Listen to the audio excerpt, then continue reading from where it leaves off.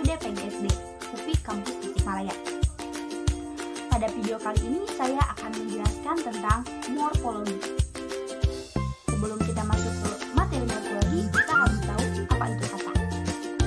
Pasti kita tahu bentuk kata itu seperti apa, seperti kata aku, kamu, dia, itu adalah sebuah kata.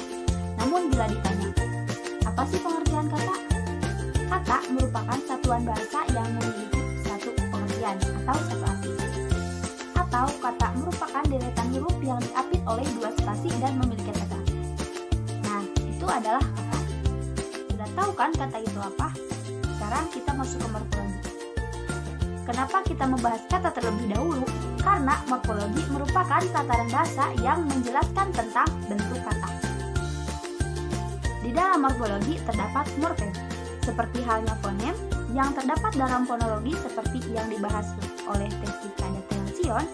Di dalam morfologi terdapat morfem. Sebenarnya apa sih morfem? Morfem merupakan satuan gramatikal terkecil yang memiliki makna. Konsep morfem baru diperkenalkan oleh kaum strukturalis pada awal abad ke-20 ini. Untuk menentukan sebuah satuan bentuk merupakan morfem atau bukan, kita harus membandingkan bentuk-bentuk tersebut dengan bentuk lainnya, seperti kata kedua yang disandingkan dengan ketiga, keempat, kelima, keenam, ketujuh, kedelapan, dan seterusnya. Ternyata, semua bentuknya yang saya sebutkan tadi dapat disegmentasikan sebagai satuan tersendiri dan mempunyai makna yang sama, yaitu menyatakan tingkat atau derajat.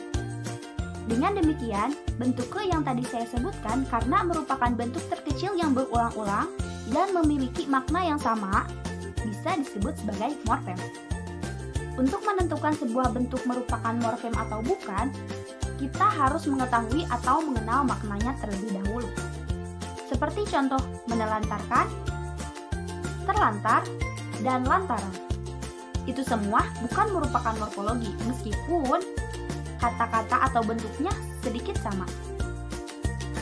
Pada yang saya sebutkan tadi, terdapat kata lantar yang diulang bersama-sama. Tetapi bentuk lantar tersebut bukan merupakan morfem karena tidak memiliki makna. Kalau bentuk menelantarkan memang punya hubungan dengan kata terlantar, tetapi tidak punya hubungan dengan kata lantaran. Dalam kajian morfologi, suatu satuan bentuk yang berstatus sebagai morfem biasanya dilambangkan dengan diapitnya oleh kurung kurawal. Misalnya kata masjid yang ditulis seperti ini, atau kata kedua dilambangkan ke ditambah 2. Dalam kajian morfologi juga terdapat morf dan allomorf. Apa itu morf? Morf adalah nama semua bentuk yang belum diketahui statusnya, sedangkan allomorf merupakan nama sebuah bentuk yang sudah diketahui status morfemnya. Dalam buku Tata Bahasa Baku Bahasa Indonesia, dipilih allomorfme sebagai morfem itu, karena allomorfme sering didistribusikan. Namun, dalam studi linguistik lebih umum digunakan morfem men, dibaca men, dengan N besar melambangkan nasal.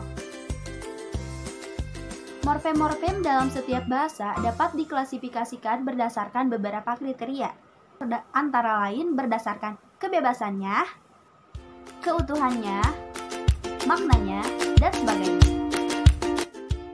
Kita masuk ke zona morfem bebas dan morfem terikat. Apa itu morfem bebas? Morfem bebas adalah morfem yang tanpa kehadiran morfem lain dapat muncul dalam ketuturannya. Seperti misalnya bentuk makan, pulang, rumah, dan bagus. Kita dapat menggabungkan morfem-morfem tersebut tanpa harus menggabungkannya dengan morfem lain.